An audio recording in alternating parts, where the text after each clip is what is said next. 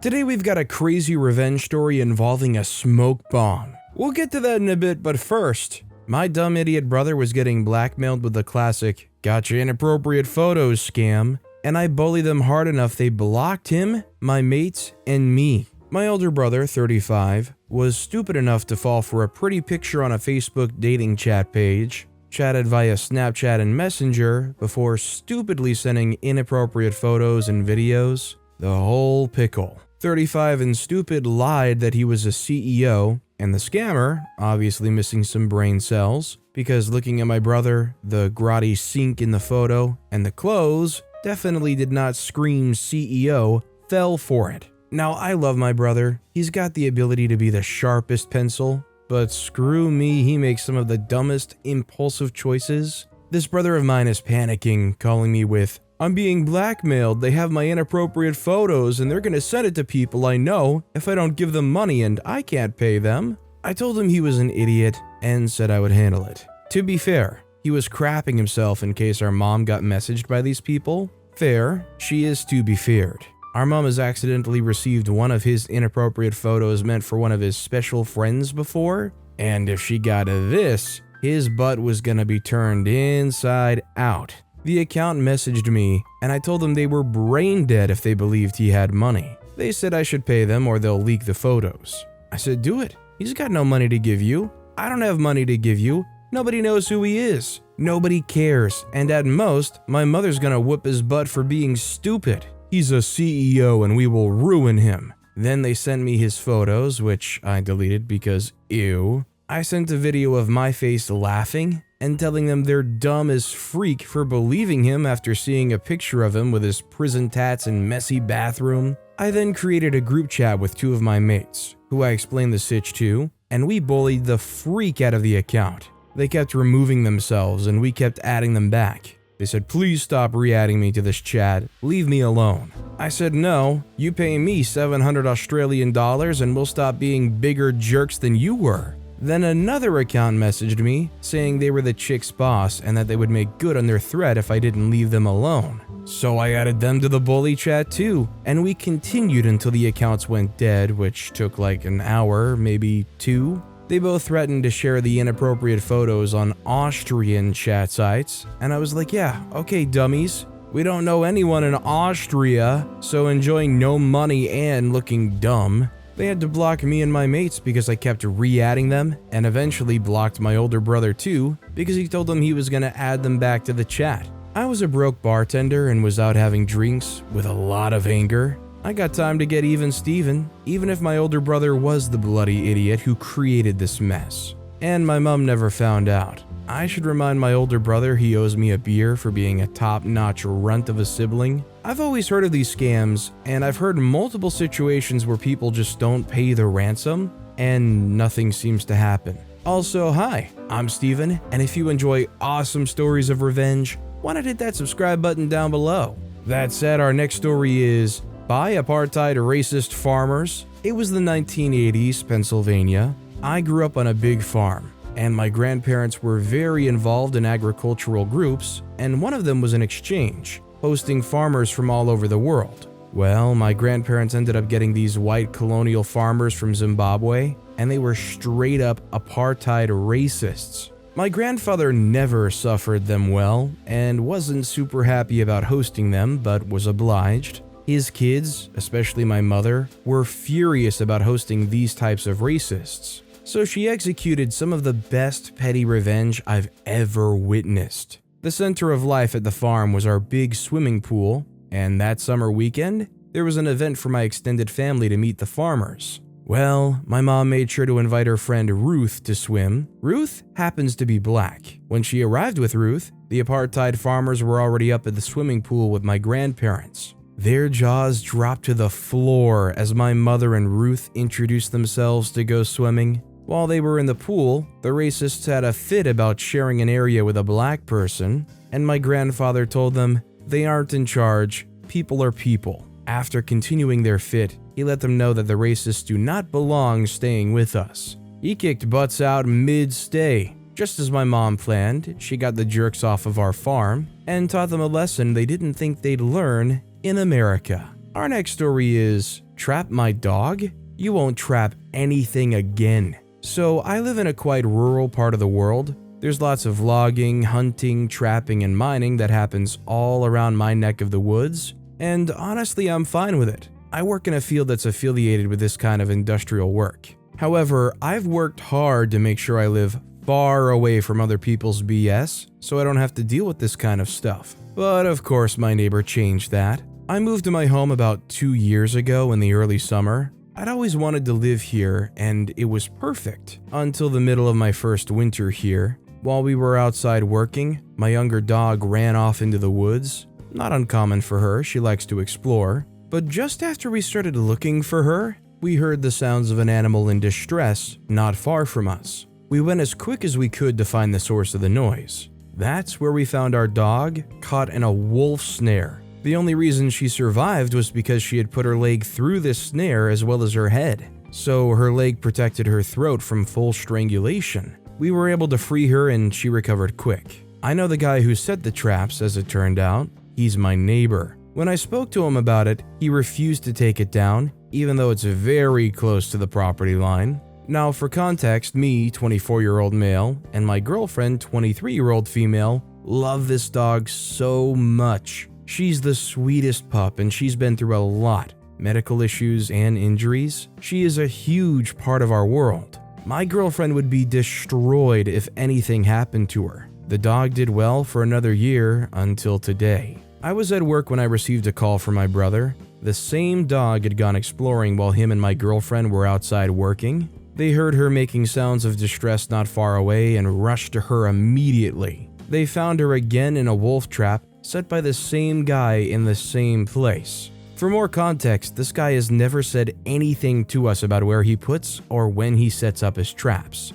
But it's along a trail near my home that people walk and ski on, often with dogs. These traps are baited with meat to attract wolves, so obviously it would attract dogs too. My brother and my girlfriend, with the help of my mom, were able to free her just before I managed to get there from work. They'd also run into the owner of the trap on their way out of the woods. When they confronted him, he simply said our dogs shouldn't be so dumb and it was his trap line. We told him if he didn't dismantle the traps, we would.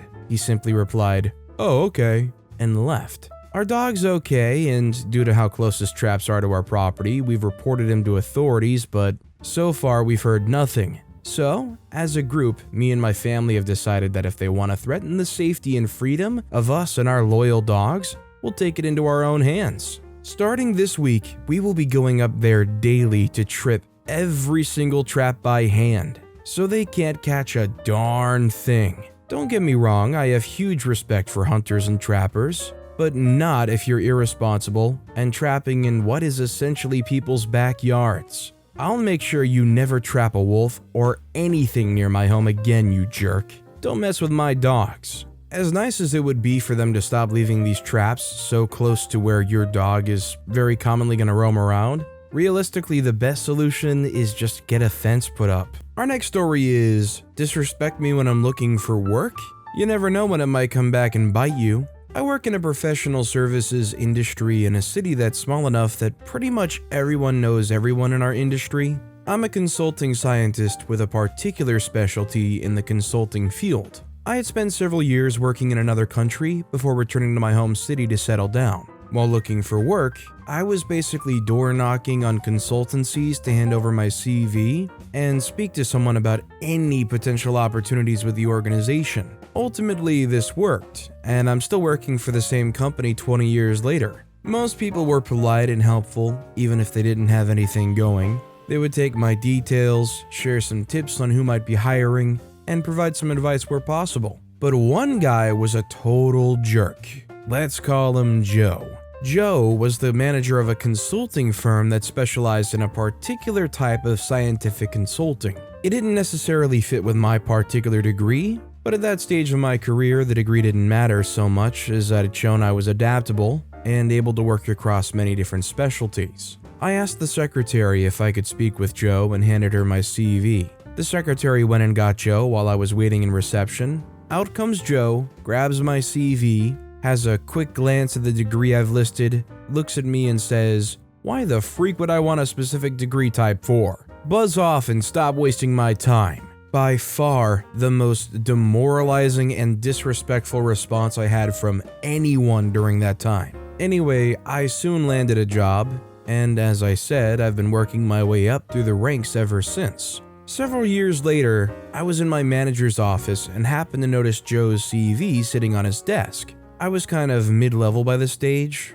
respected member of the team, but not in any position of leadership. I asked boss what the CV was doing there, and he said he was thinking of bringing him on board. I straight up told boss that if Joe joined us, I was leaving. Told him Joe was a disrespectful jerk and didn't fit the culture of our business. His CV went straight in the bin. Another several years later, and now I'm running the show. Times are tough and people are being made redundant throughout the industry. I knew that Joe had been let go. We're advertising for someone of this guy's caliber, so naturally he replied. CV was sent to me by our HR team. I let them know that as long as I worked there, Joe wouldn't, and to discard his application. This story would probably be better if Joe knew what was happening and why, but it was hugely satisfying to be able to return the favor and deny him an opportunity twice. As a result of my experiences all those years ago, I always make an effort to respond to people that reach out for work and offer some advice where possible. No matter how busy I am, it only takes a few minutes of my time. You never know when the tables might be turned. Our next story is, that's what you get for keying my car. I live in Queens, New York City, where parking can be difficult on occasion. There's a guy around the block from me who keys your car while he walks his dog at night if you're parked in front of his house. I live in a garden apartment complex around the corner from this guy, and many of us have been keyed by this jerk.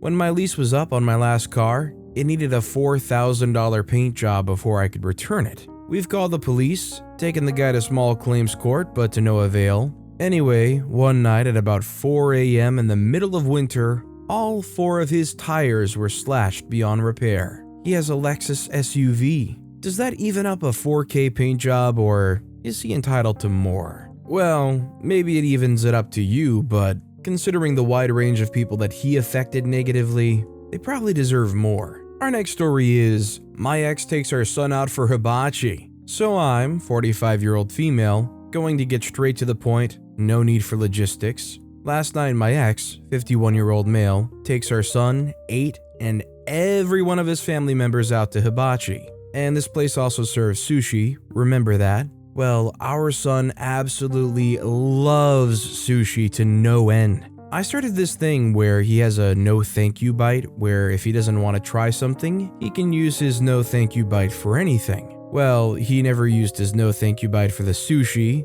little daredevil. I had and fell in love. Now, you must also know that my ex and his family, i.e. grandmother, never say no to him to anything. It drives me crazy. The struggle is real when I put my foot down and the answer is no. Well, on to the petty revenge. The restaurant they go to, I've been before, and it's not cheap by any means. While talking to my son, I casually mention that they serve sushi. He says, "Really?" I say, and say, "Now that you're reading so well, just check out the menu." I laugh to myself and off he goes excited, knowing he can also get sushi and hibachi. It's like a win-win for him. Go him! Well, they go out to dinner, and he comes home full and ready for bed. I ask about dinner and what he had. Well, I love this. He orders not only a sushi dinner, but a kid's hibachi dinner, and that stuff was expensive. Not only did he get leftovers, and was cute enough to say that I could have some too. I swear this kid kills me. I also got a lovely call from X asking to teach our son the value of $1. What? Sorry, I'll be busy that day. I will be, don't worry. After him leaving us for Oxy when our son was a month old, you can go freak off. And yes, it may be petty, but it's the little things that count. This next story is Revenge on Slumlord, played the long game. My best friend and I rented an apartment together back in 2006. They would do crap like show up for inspections unannounced, charged us for a bunch of stuff that wasn't broken, cleaned, needing repair, holding our deposit for months while they tried to find more things to charge us for post-move out, and so on.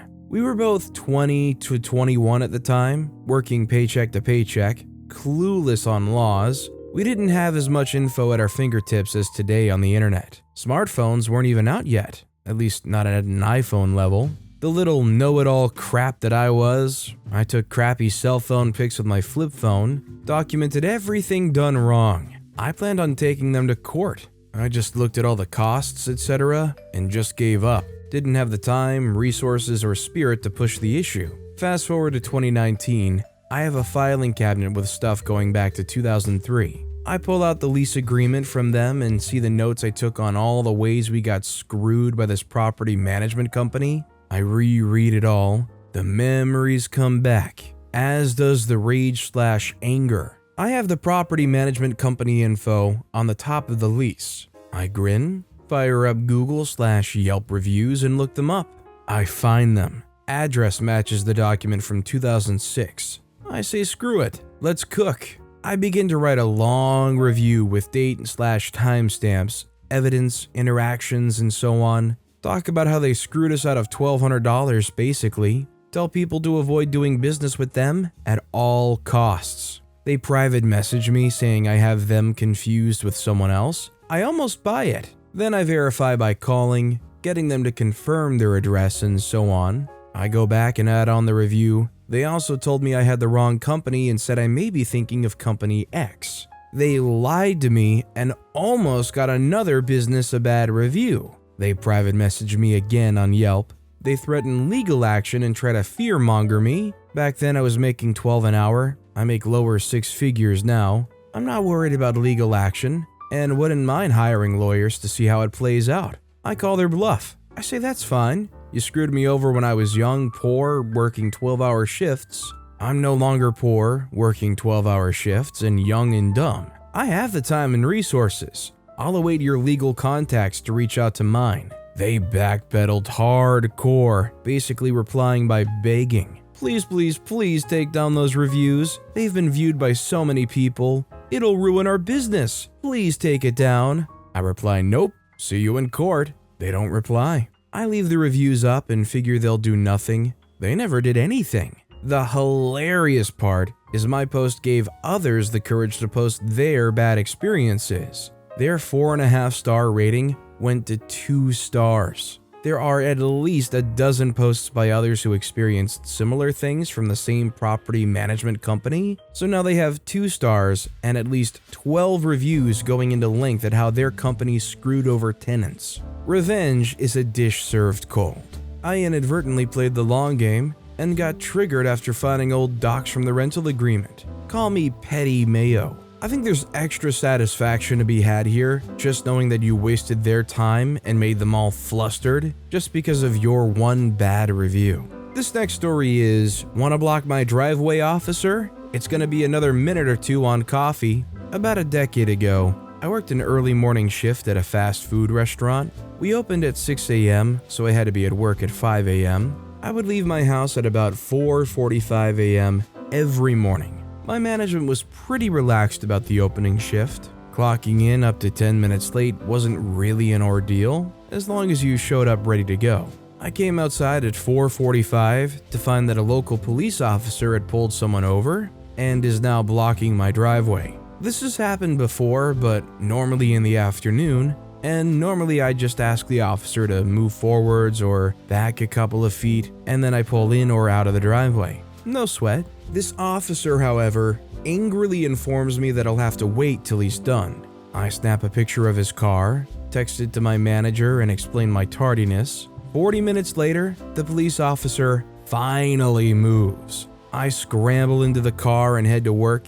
I get there 15 minutes before we open. I frantically start to brew tea, fetch ice, having to condense my 50-minute routine into 15. I almost forgot to brew coffee. Opening time rolls around and the first group of customers come in. It's a group of our local police officers led by the captain. I guess they're about to do a shift change. One of the officers in the group is the one who blocked my driveway. Anyway, the captain orders coffee, and I regretfully inform him that there's a 5-minute wait on coffee because I got to work extremely late. The captain asks why, so I pulled out my phone and explained that one of his officers blocked my driveway for 45 minutes for a routine traffic stop.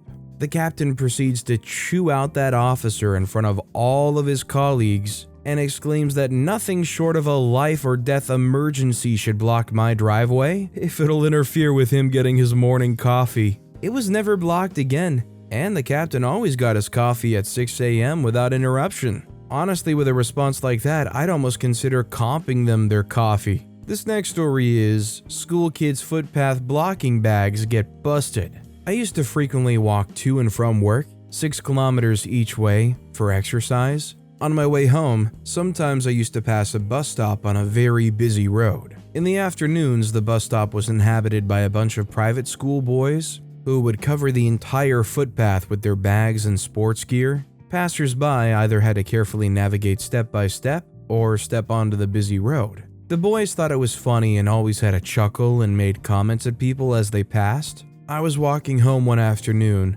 after a hard day's tech support and cracked when I saw the blocked footpath again. Rather than tread lightly, I played hopscotch across the bags, feeling many things crunch and break in the process. A huge uproar occurred behind me. When they yelled at me, I just said this wouldn't happen if you left a path through. I continued on my merry way, feeling happier than before. After that, they usually left a little path through. This next story is, we threw our now ex roommate under the bus after constant back and forth. I, 20-year-old female, live in student housing where I share a room, and in the other room are 2 girls who we'll call Sasha, 22-year-old female, and Summer, 21-year-old female. I share a room with one we'll call B, 19-year-old female. At first, B wasn't an issue and we all got along just fine. We were all friends and would go on fun adventures together, but the issues arose when she brought her boyfriend to live with us. At first, she said he was visiting for the weekend, but somehow he never left. He'd leave for work and come right back, and she expected us to sneak him into student housing after hours for her because Sasha and I had cars we could hide him in and drive him past security. This made us extremely uncomfortable because if we got caught, we could get academic probation and whatnot. But the kicker was that she seemed to be aware of all the housing rules and regulations around what she was doing. Later on, she started cat sitting for her boyfriend as well, or so that's what we thought. The cat would go to the boyfriend's house from time to time, but for the most part, she kept it at the dorm. But as we could all guess, even more problems started to come out of it. She claimed it was an emotional support animal registered through student housing, so we couldn't get in trouble for bringing her boyfriend's cat over. Since none of us really knew the process for that, we assumed it was fine and minded our business until one day the RA caught wind of it, but because Summer, Sasha, and I are friends with him, he let it slide because we were all under the impression it would only be there temporarily. Once again, it never left and she never cleaned up after it, making the apartment reek of cat poo. It destroyed the carpet, one of my uniforms, and when anyone scolded it, she lost her crap because she read online that you're not supposed to say no to your cat if you want it to love you or some dumb stuff like that. Anyway, naturally, we were all tired of her crap, so Summer asked the RA for advice, where we found out there was no way this cat was documented through housing, meaning she broke the lease and we could get in trouble for the damages and it, let alone being there. He said the cat had to be a minimum of 2 years old, fixed, and up to date with vaccines to be able to stay, which it had none of. We confronted her kindly and she turns it into a soap opera scene with screaming and crying, which had been a pattern throughout all of this. She left messes everywhere, and when we asked her to tidy up after herself and respect others' common room items, she took personal offense to it, etc. Our last straw was when she brought an ant infestation into the dorm because she left basically all of her pantry items open. When we called her to let her know that we were tossing it all, she got mad and said she'd be over in a few, which to her, I guess a few means 3 hours when she was literally 20 minutes away at her parents' house. We had a few friends come up and keep us company while we cleaned, and when she got there, it was immediate crying and yelling about how we only blamed her because she's the youngest. Quite frankly, we were all sick of her and sick of the fact that she was downright unapproachable. So we set up a mediation with our RA, which got changed to the community director due to the bias we had by being friends with the RA. Well, that didn't do crap, because she went and had her own meeting where she told a whole sob story and said that we tried to poison her with Raid and that the RA gave her permission to have the cat, which he didn't, in attempts to get him in trouble. So collectively, we all decided on petty revenge after she moved back with her parents. We had my mom send a text on Facebook as a concerned parent to both of her strict parents of everything she did wrong, and asked them to consider having a talk with her so she could see how dangerous it is to have a strange man living with a bunch of girls far from home with nowhere else to go for safety in the event that he try to do something. Since doing this, she hasn't been active on any social media, which she normally eats, sleeps, and breathes on, and has left any and every group chat we had as roommates or with any mutual friends. I know what I did was petty and childish, but the three of us needed closure after the crap show we lived through this semester, and I hoped her parents rip her a freaking new one for what she pulled. Does anybody else think that OP and their other roommates put up with this for way too long, and that they should have reported her and her antics way earlier? Our next story is: a coworker would kick my lunch seat across the room every day at lunch, and I got him back.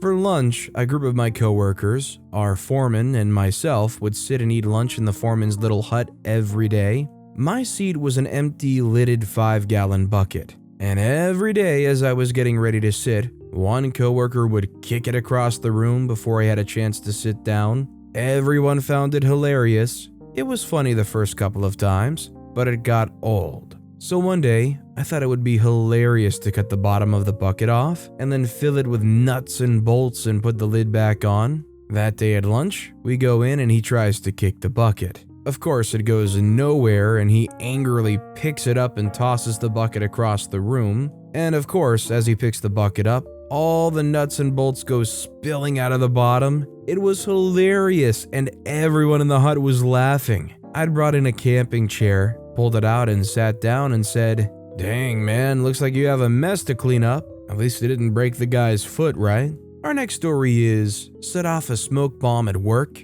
got fired, then turned to suspension in retaliation to having my hands dyed red. I worked in a metal fab shop over a decade ago. I was in my mid-20s probably. There was a guy, Ray, that was a notorious prankster. Oftentimes they were funny pranks, other times they crossed a line. I happened to be the target of one of his pranks. He'd put red penetration dye in my gloves the day before, so they were dry the following day. I put on my welding gloves, and as the day went on, my hands got sweaty, and eventually my hands turned pretty red. It stayed like that for days, and while Ray denied having done it, he definitely acted like he was the responsible party. And to be totally fair, I had no proof that he had done it, but the probability was extremely high that he had. My brother-in-law at the time was into making homemade fireworks, so I asked if he could make me a smoke bomb. This kid brings me back a film canister with a fuse. The next day at work,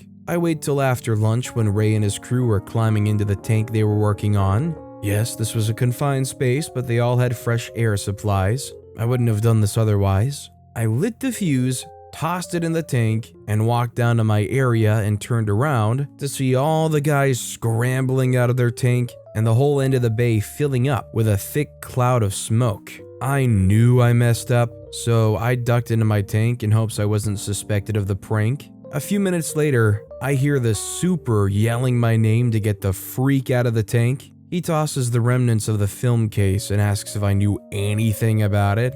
At this point, I figured honesty was the best policy, as I'm sure someone probably witnessed it and told him it was me. I tell him it's a smoke bomb, and he asks if I set it off. I admit that I did, and he tells me to pack up my crap and get out. On my way home, I'm sitting there freaking out about how I'm going to tell my wife, who's sitting at home with our toddler, how I just got fired, and kicking myself for not thinking crap through. My phone rings and it's the superintendent. He tells me to come to work in 3 days and that he's turning it into a suspension. I got back and he told me the reason he was so pissed is because a multi-million-dollar contract had been touring the shop and fortunately had not been anywhere near the smoke bomb. When he told the owner what had happened, he laughed and told him to give me another shot. Definitely learned my lesson. It was probably the last prank I pulled, but at least it's something I can look back on now and laugh about it. Honestly, you set off a smoke bomb at work in a confined space, and the man on top just laughs and says, "Give that man another shot."